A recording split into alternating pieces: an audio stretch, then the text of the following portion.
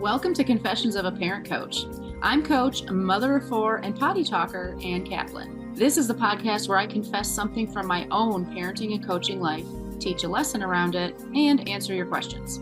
Even we parenting experts are far from perfect, and the real magic happens when we get down with all that imperfection.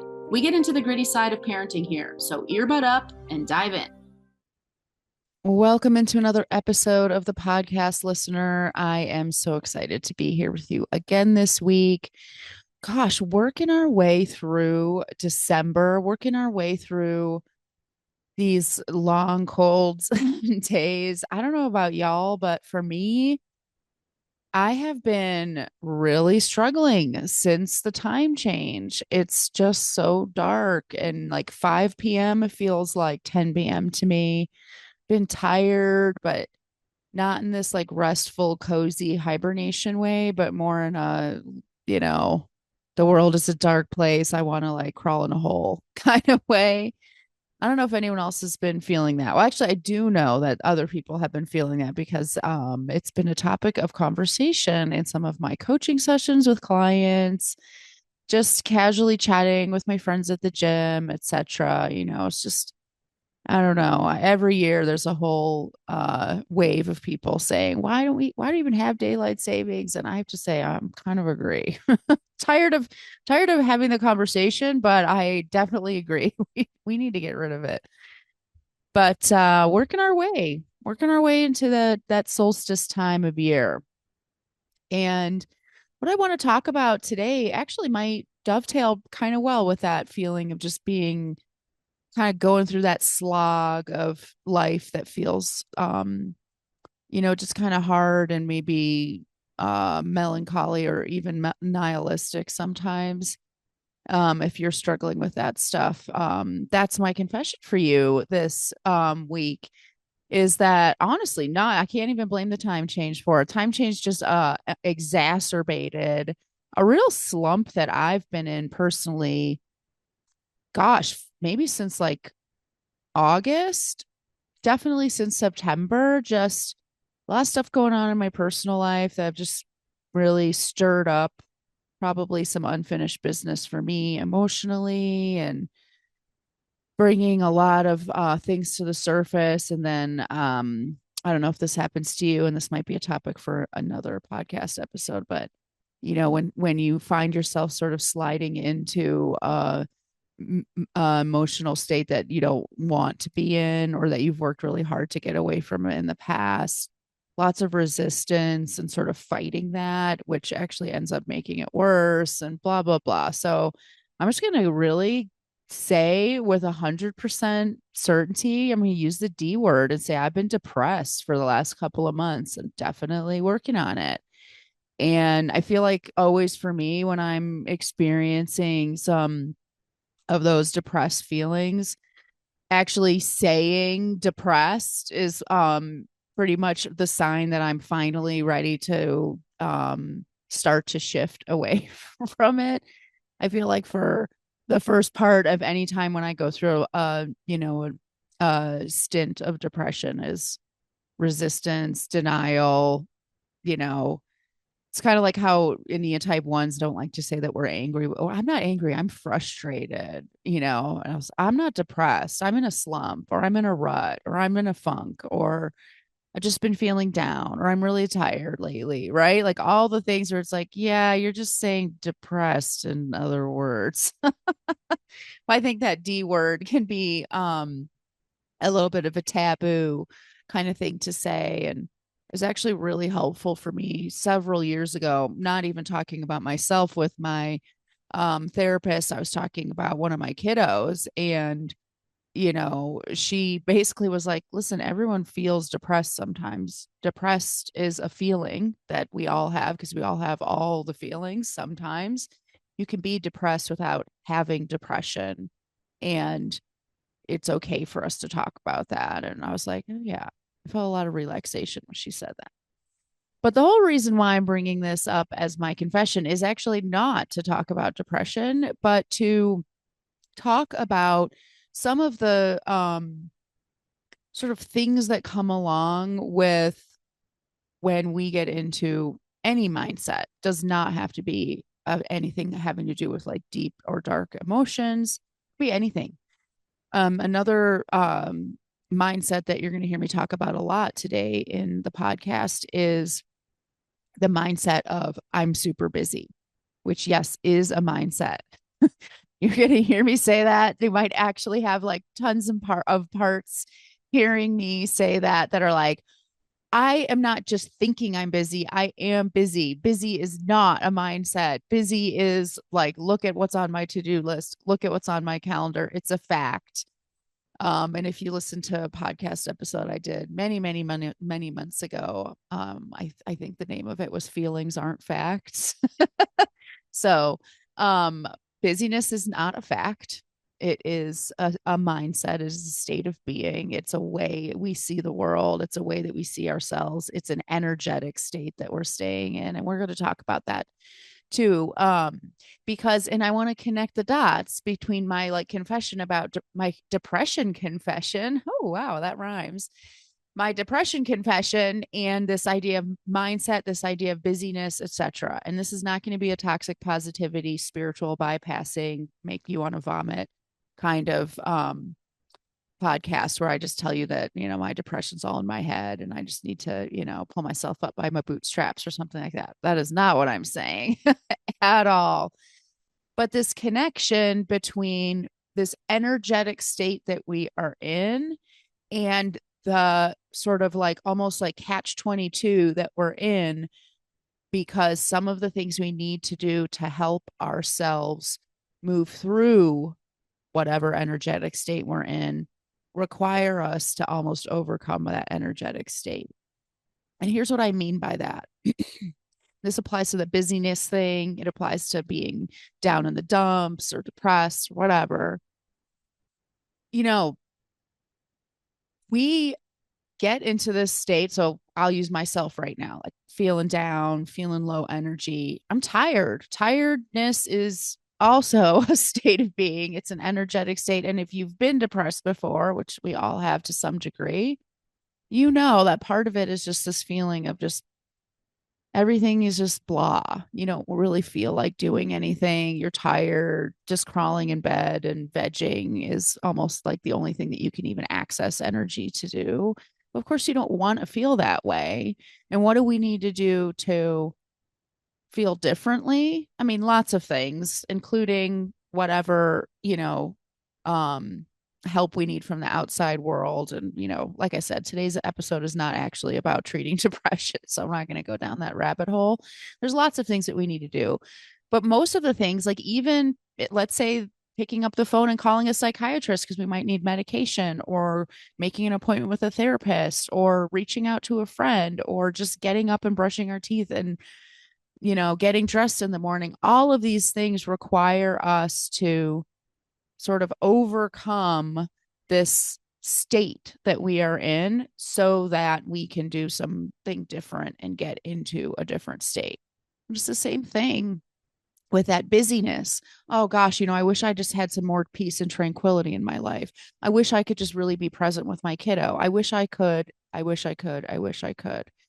And because staying in a different energetic state or reaching a different energetic state, a state of peace and tranquility, requires us to pause, to maybe do some mindset work, or to meditate, or read a book, or just be, or to be quiet, or say no to things, or cancel things on our, calendar.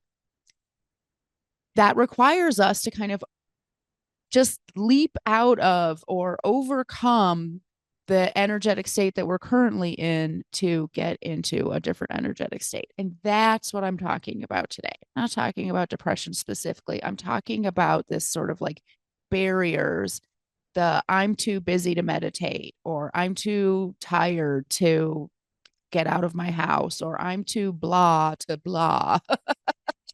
you know, I'm too whatever to do whatever. And it's that thought of I'm too XYZ that gets us stuck. And that's why I want to tell you this story that will lead to the name of today's podcast episode, which is mind management versus time management. So I'm going to back away from all these concepts and these sort of like giant global umbrella statements and philosophies and tell you a story. So, part of my job sometimes people ask me, actually, I would take a step even further back. This is just a by the by. That happens all the time where people ask me, you know, like, what do you do? Like, what is your workload? Like, for example, right now I'm working with a web designer to help me revamp my website, which is going to be amazing. And she's helping me branch out so that the way that I present myself to the world is in a broader context than only parent coaching, because parent coaching has turned out in this current iteration of my practice to really only be about 50% of the coaching that I'm doing, believe it or not. So my website is AnnKaplanParentCoach.com. My email address is Ann@MomMeExperience.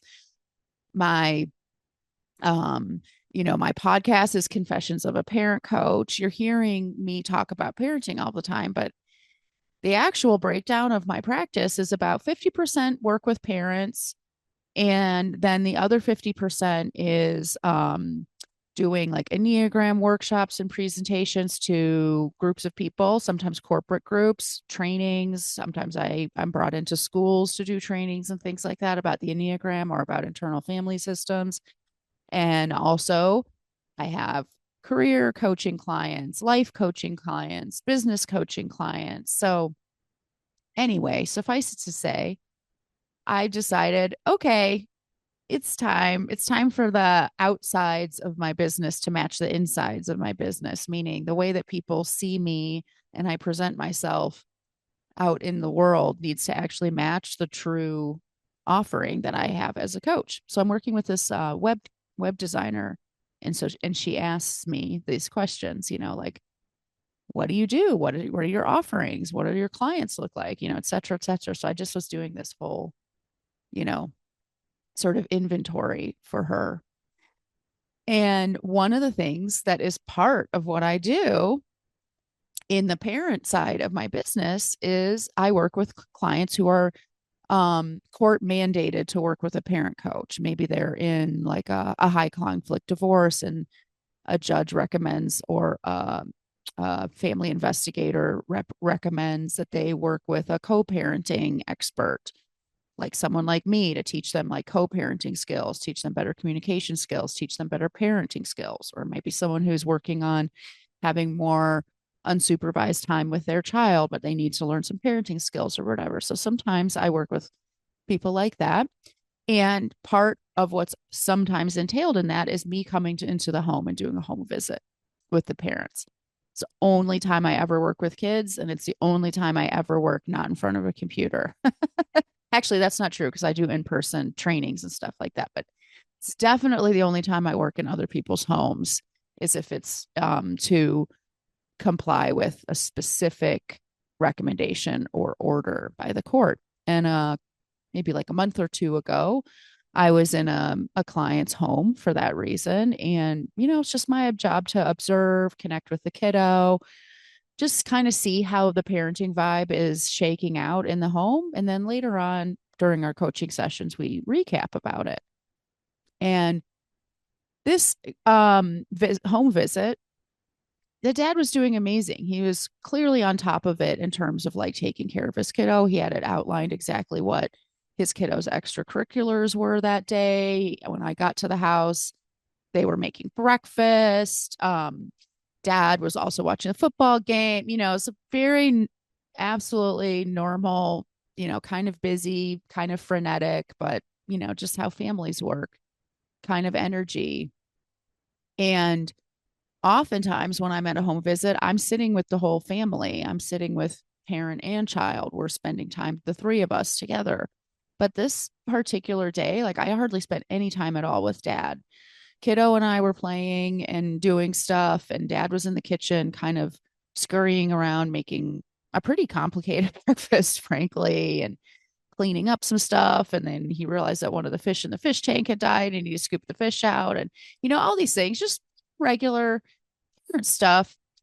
But in our and then dad finally was able to sit down and actually eat breakfast with kiddo, and the two of them just sat and chatted and had their breakfast. And the thing that like most love to see when I'm doing a home visit happened, which is dad just sat still and was sitting next to his son, and his son looked up at him and just had this look of genuine connection and comfort and safety. And dad looked down at his kiddo and had this just look of genuine connection and compassion and love. And just like, yeah, that's that look that's maybe just for like a couple of seconds, and it says everything and nothing at the same time. And that's the thing that I love to see when I do a home visit. It's the most important thing. It's the biggest protective factor that we can see in a family, and it's that biggest thing that we can build on. So fast forward to the next time that just dad and I are having a regular coaching session, and he brought up his topic that he wanted to work on in the session was how he feels like he's constantly juggling adulting and parenting, and that it's a hard balance for him. Like, he's one person, right? He doesn't have another parent there or another adult there with him that they can kind of tag team or whatever. So he has to be, all the things all at the same time, or that's how he feels. And we started the session and he was really focusing on like, how can I like block my time or do my schedule better so that when I'm with my kiddo, you know, I don't have to adult at the same time. And, after a while during that session, kind of shook out that like, actually, first of all, this guy is really good at managing his time. Like, he travels a lot for work and he manages his calendar really well so that he's not out of town, when he needs to be with his kiddo. He gets his kiddo to the different activities he needs to get to and blah, blah, blah. He's not actually struggling with time management. And so I brought up to him, okay, well, if time management isn't the problem, how would you feel about a little observation that I made at the last time I was at your house? And he said, oh, yeah, of course. And I pointed out to him this moment that I observed between him and his son, where he wasn't doing anything. He was just sitting there and he was just connected to his kiddo. And that was the most important thing. Like, it would have been fine if he had just eaten like yogurt out of a container for breakfast, if it meant that he could have two of those moments instead of one that morning, for example. And as we kept talking about that, I said, when you're with your kiddo, like, how about like most of the time that you're with your kiddo and you're not like, let's say you're done with dinner, you're just sitting and you're, chilling with each other. How do you feel in that moment? And he basically said, I feel like, well, gosh, I wish I could sit here and hang out with you, but I actually have 10 other things that I need to get done right now. I need to, whatever, clean the house, or there's a load of laundry that needs to get moved from the washer to the dryer, or I need to clean up from this meal that I just made, or I got to make a grocery list because we need to get to the store before bedtime, or whatever. He's giving me these examples of like, even when he's with his kiddo, he's not really with his kiddo because his mind is still running with the stuff that he needs to be doing. So when he is adulting, he's thinking about his kiddo. And when he's with his kiddo, he's thinking about adulting. He's never really only doing one of those things. And what we came away from that session with, which is what inspired me to record this podcast episode, was it seems like what's really going on here has nothing to do with time management. It has to do with mind management. And guess what he said when we started talking about, well, what if when you were with your kiddo, you just were with your kiddo? You let yourself not think about those things and just be present. What do you think he said? He said, I'm so busy. I can't. I have to think about those things. So this is that part where we have to kind of like oomph our way out of this energetic state just a tiny bit, It's almost like if you're from the if you've ever gotten your car stuck either in snow or in sand like I have or mud, you know how to get your car out, especially if you have some really great friends who are willing to help push your car. You have to kind of rock the car back and forth out of this rut before finally it kind of jumps the edge of the rut and it finally gets back on solid ground. Just that oomph that we have to somehow rock ourselves back and forth in this energetic state that we're in, just to kind of reach something a little bit different until we can finally like actually propel ourselves into a different state of being. And what happens when almost always when someone suggests, when I suggest to a client, or when someone suggests to me, or I suggest to myself, you know, well, maybe you should just kind of get out of the house or be outdoors more, or maybe, just put all of that stuff aside and be present with your kiddo or whatever. The very first thought is, I can't. I have to be the way that I am right now. So that's what we spent the rest of the session talking about, is this mind management versus time management. How can we sort of counteract, or at least offer a counterpoint to that part of ourselves that says, I have to stay this way. I have to do this. I have to be busy. I have to think about all of these things when I'm with my kid, or I have to hop out of bed in the morning. I don't have time to sit and meditate for 5 minutes first, or I don't have time to, you know, journal, or I don't have time.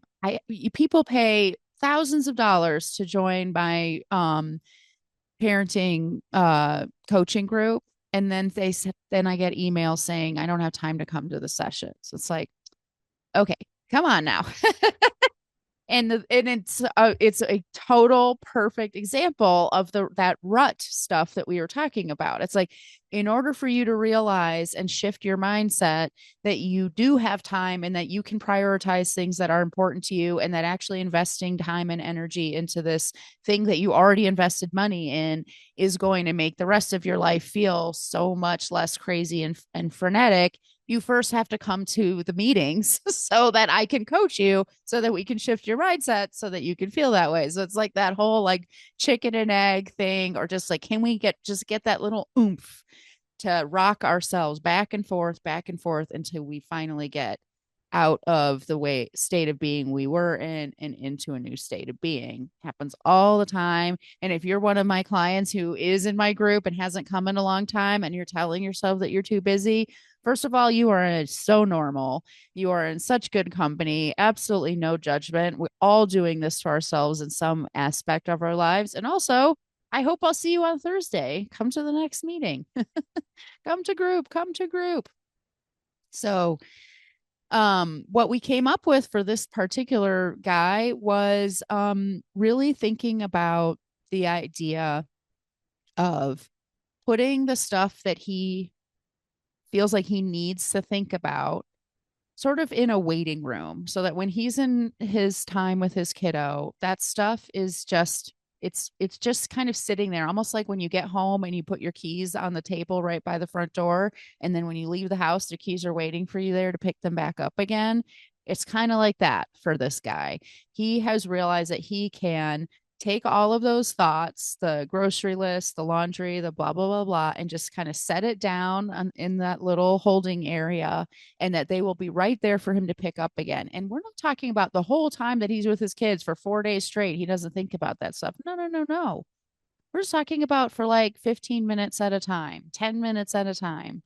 That little moment that we're eating breakfast together, everything else, I've set it down, and I will pick it back up again. I'm not forgetting about it. I'm not giving it up. I'm not ignoring it. I'm not, dropping the ball. I'm not doing any of those things. I'm just setting it down and allowing it to be held by something else for me, so that I can be present with my kiddo and I don't need to carry anything else. I have clients who have used this example, but they talk about it as like a coat check. They coat check their stuff and then they go back and pick it back up again. And I also have clients who are quite spiritual. And the way that they have decided to think about it is that when they have a task at hand that they really want to be super present for, they take all that other stuff and they ask God to hold on to it for them. Fabulous. All of those things really work for these people. We have to find the thing that works for you. Everything is different and everybody is different. Every need is different. And for me, with my personal like depression rut, it's going to be something different than someone who's like running a million miles a minute. But I'll tell you the thing that I have in common when I get depressed with someone who thinks that they're too busy. I skip my mindset stuff. I skip my meditation.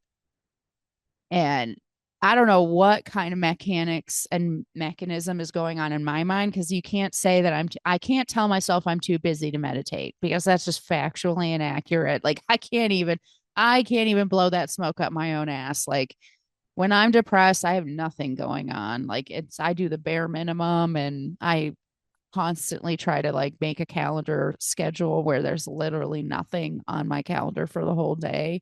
And even dropping my kids off at school and picking my kids up from school is just like, oh, I can't do it.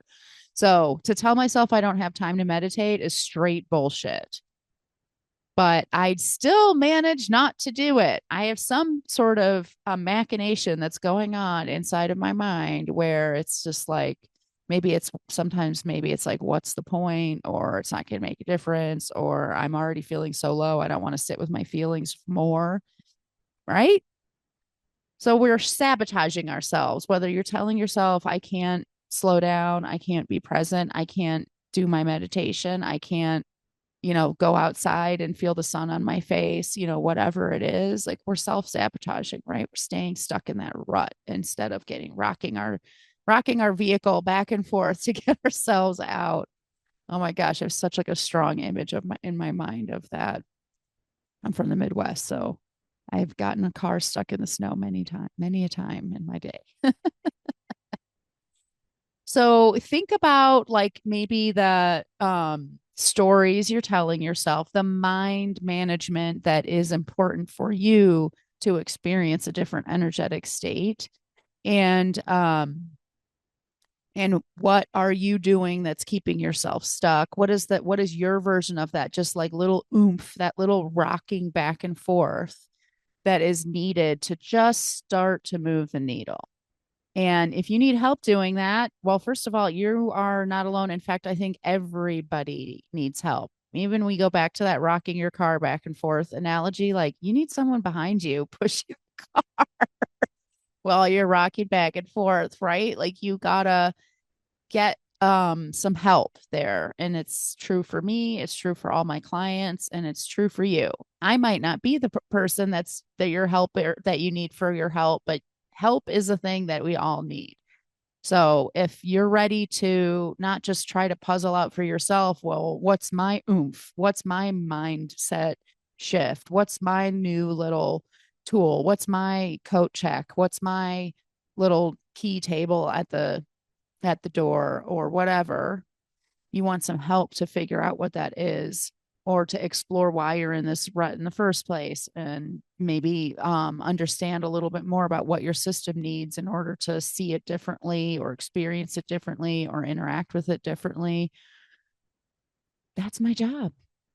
So just like you, I go through all of that stuff. I don't go through it alone. I have a whole system of support, and it's what I do for my clients as well. So take advantage of that free discovery call that you hear me talk about every week on the podcast. Come and talk to me about what shifts you're trying to make, what shifts you've worked on making and maybe haven't been successful, what you've tried so far. I want to know all of that stuff.